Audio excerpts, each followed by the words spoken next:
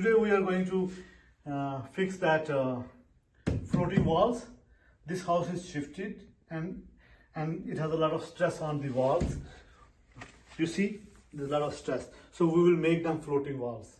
So I will show you, I will guide you how to make non-floating walls to convert into floating walls. So now I use my level, laser level, so I make it high. This high, I will cut driveway all the way up to end. So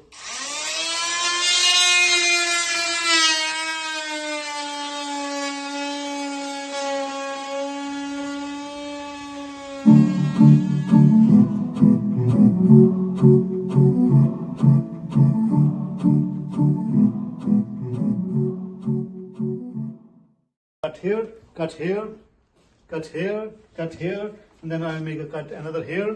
That will make it easy for us to pull them out. So now we have a cut already.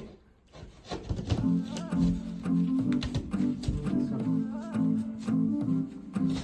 have another one, but it's... That's it, done. Boom.